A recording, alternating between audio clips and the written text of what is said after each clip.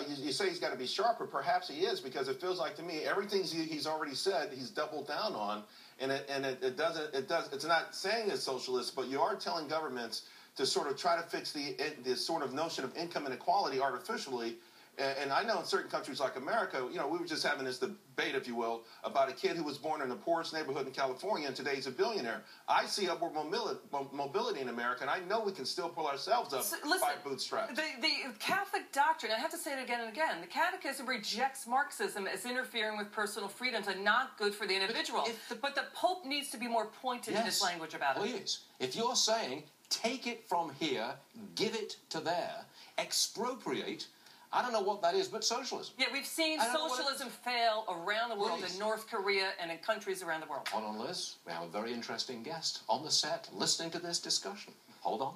Our next guest wrote a book about FDR, and he says we need more progressives like that gentleman on TV right now, Bill de Blasio, the mayor of New York City.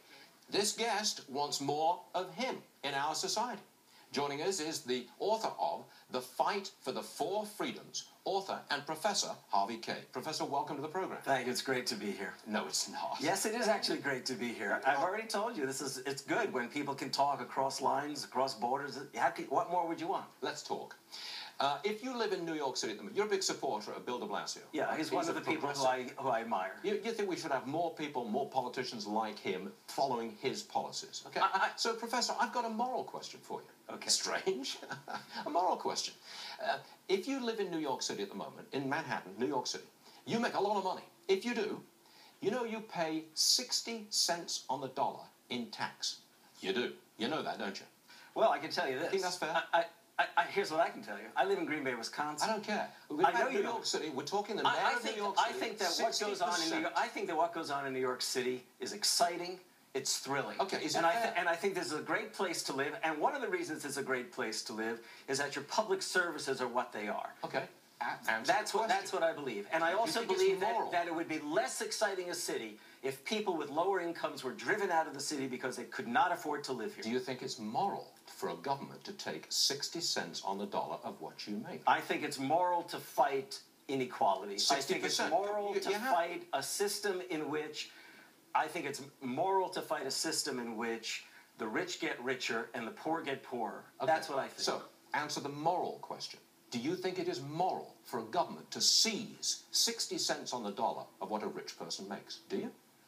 I have no difficulty with the idea of taking from the rich in order to enable public investments, in order to enable public investments that will afford work to people, housing to people. I mean, what's fair to you? Well, I don't think it's a matter of 30, 40, 50, 60, 70%. But I'll tell you this. Yes, it is. America at its best perhaps in the 1950s, we had the highest tax rates and the finest economic growth in American history. So taxing does not deter economic growth. You won't answer the question. You will not answer the question. I'm not answering the question? No, you're not answering the question. Is 60% of someone's income taken, expropriated by the government, is that fair? Yes or no? Is it fair? Is it fair to not pay a living wage in America? Is it fair to not pay a living wage? Will you or will you not answer the question whether 60%? I'm not the Pope. Morality is not exactly my thing. I'm I'm interested in the politics. I'm interested in a country which pursues the four freedoms. Would you prefer it was 70%? I think the numbers are irrelevant. I think the question to ask is how do we sustain American democratic life? How do we sustain a middle-class nation? For 40 years, this middle-class nation has been under siege. How do you sustain it? At what rate? Well, let's go back to the Republican. Let's go back to the Republican Eisenhower. I'm answering your question. Let's go. Oh, I love this. This is fabulous. Let's go back to the Republican Eisenhower. We are nowhere.